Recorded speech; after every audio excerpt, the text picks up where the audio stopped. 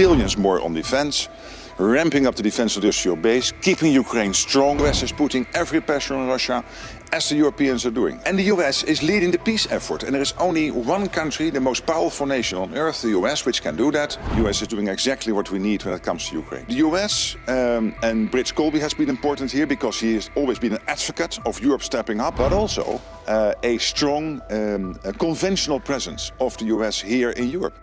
Good to see you all, and let me, by way of introducing, say, hey, I'm really looking forward to today's meeting with the defense ministers.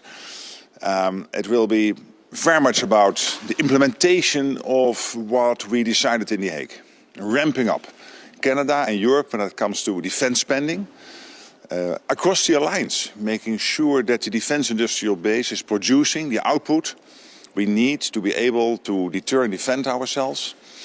And obviously Ukraine, where you just heard the good news from John Healey, the UK Defence Secretary of Defence, announcing £500 million in air defence, both bilateral and PURL for Ukraine. And this is really important because Ukraine, as you know, they are really staunch, they are fighting back, but they are also still hit with missiles, etc., on their civilian infrastructure and innocent civilians. So this is important. But what you see overall is a picture of Canada and Europe stepping up, spending billions more on defense, ramping up the defense industrial base, keeping Ukraine strong.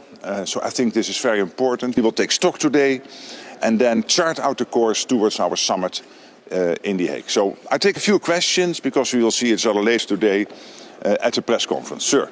Secretary-General, there's Arctic Sentry, Baltic Sentry, Eastern Sentry, Steadfast Dart. Norway is doing a cold response. Has there ever been so many NATO exercises planned in such a precise period of time as we're seeing right now? Well, thank you for that question, because I'm not sure it is more than, let's say, 10 or 20 years ago, but it clearly shows you that the threat is there. The long-term Russian threat is there. And we should not be naive, by the way, about China. And when it comes to the Arctic, it is not only Russia. It is also China. We know that sea lanes are opening up, so we have to defend the Arctic and bring together all these various initiatives. And then charting a way ahead, making sure that we identify the gaps which are there, and then making sure that we can fill the gaps, and taking into account all the latest technologies through our Allied Command transformation. There's exactly evidence that NATO as a whole, the US, Canada, the European allies, are working hand in hand together to make sure that we defend every inch of NATO territory. Yes, sir. You said yesterday that the US administration is fully aware of the situation in Ukraine. Yes. So aren't you a bit frustrated by the lack of pressure this administration is putting on I think that is not fair. Of course, you can ask me any question, but I think the statement within the question is not fair. The US is putting every pressure on Russia, as the Europeans are doing, through the sanction packages. Look what has been happening with Lukoil and Rosneft and all the other stuff the US is doing. The US is still delivering crucial air defense and other lethal weapons into Ukraine through this PURL program, so paid for by Canadian, European allies and partners. And the US is leading the peace effort. And there is only one country, the most powerful nation on earth, the US, which can do that, under the leadership of President Trump, breaking the deadlock with Putin, getting the peace process going. So I really think the US is doing exactly what we need when it comes to Ukraine. Bring that question off the table now. Well, what I discussed in Davos, but also what we discussed within Europe, with our partners in Canada, our allies in Canada and the United States, is that we have to defend the Arctic. This is Greenland, but also the whole Arctic.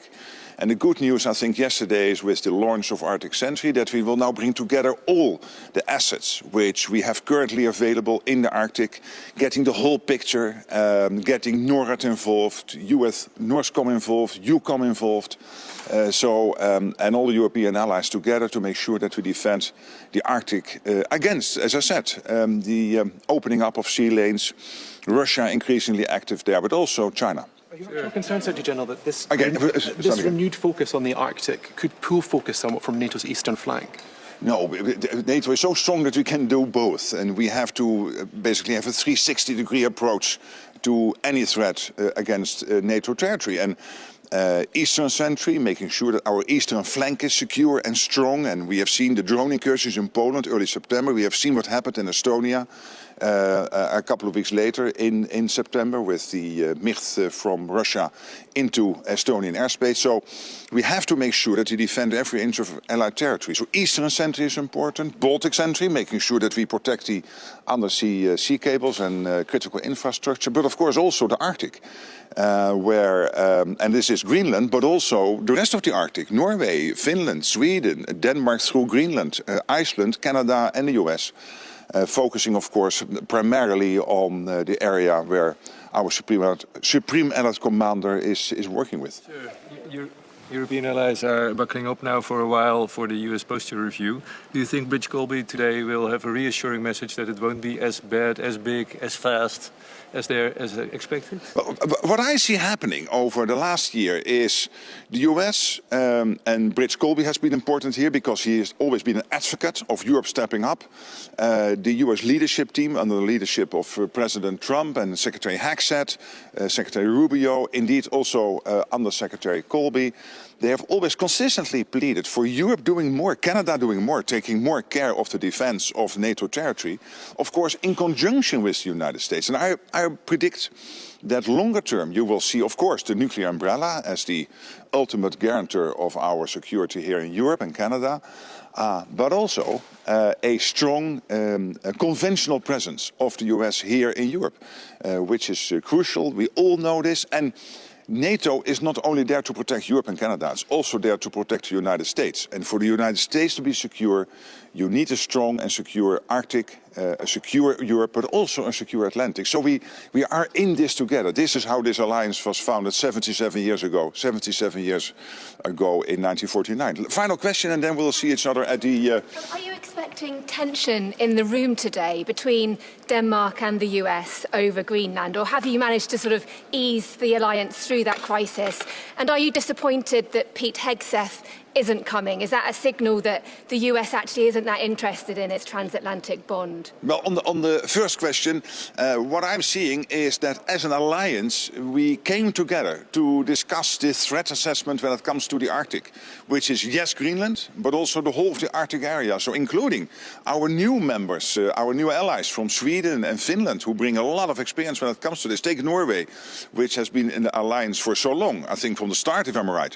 But Norway bringing this incredible experience and knowledge when it comes to the protection of the high north. I know this because Dutch Marines have always been training there. So not personally having that knowledge, but my brother and knowing my friends who were training there in cold weather conditions. So we have that collective experience in NATO that we have to defend the Arctic. This is what the Greenland discussion was about, but also the wider Arctic discussion is about. And I think with Arctic Sentry and the trilateral talks ongoing between Greenland, Denmark and the United States, this is all important to make sure that we prevent Russia and China from getting access, but also to protect the whole region. And when it comes to Secretary Hagsett, I mean, I'm in regular contact with him and all the senior officials in the United States. Of course, the American president, number one, the overall leader of the US, but also his whole foreign leadership and defense Secretary of War leadership team.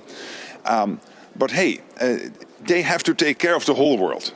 This is the United States. NATO is very important, but there is also the Western Hemisphere. There is also the Indo-Pacific. I totally accept it, agree with it. And I had dinner last night with Bridge Colby. I think he has been a consistent voice of, hey, Europe, do more. Because as the United States, we also have to pivot more towards the Indo-Pacific. Let's make sure that collectively we keep Europe strong and Canada and the United States, so NATO territory. But also make sure that we keep our eyes on the Indo-Pacific and not be naive about China. So having him today in the room, I think is really having added value. So I'm happy he is here. I totally accept Pete Hegseth also having to take care of all these other responsibilities. Thank you so much, and we will see each other later today at the presser around 3 o'clock. Yes, thanks, bye.